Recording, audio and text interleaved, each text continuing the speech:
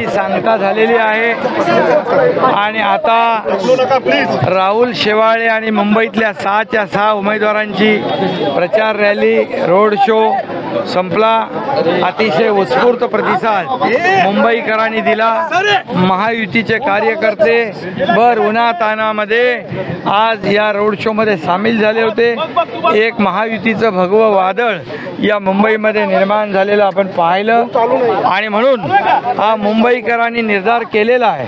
आज शेवटला समारोप करताना हिंदुहृदय सम्राट बाळासाहेब ठाकरे यांचं दर्शन घेतलं आणि या रॅलीचा समारोप झाला आहे। या मुंबईतल्या सर्व मतदारांनी संकल्प आणि निर्धार केला आहे की येत्या 20 तारखेला प्रचंड बहुमताने 6च्या 6 जागा महायुतीच्या विजयी होतील आणि नरेंद्र मोदीजी यांचे हात बळकट होतील।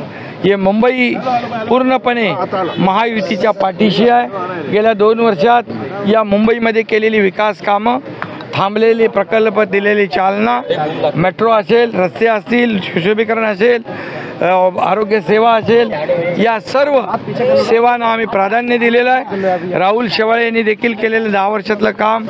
त्याचबरोबर मी आपल्याला एवढंच सांगतो, या महाराष्ट्रातल्या 48 ठिकाणी मी फिरलो आहे। महायुतीचं वातावरण या महाराष्ट्रामध्ये आहे।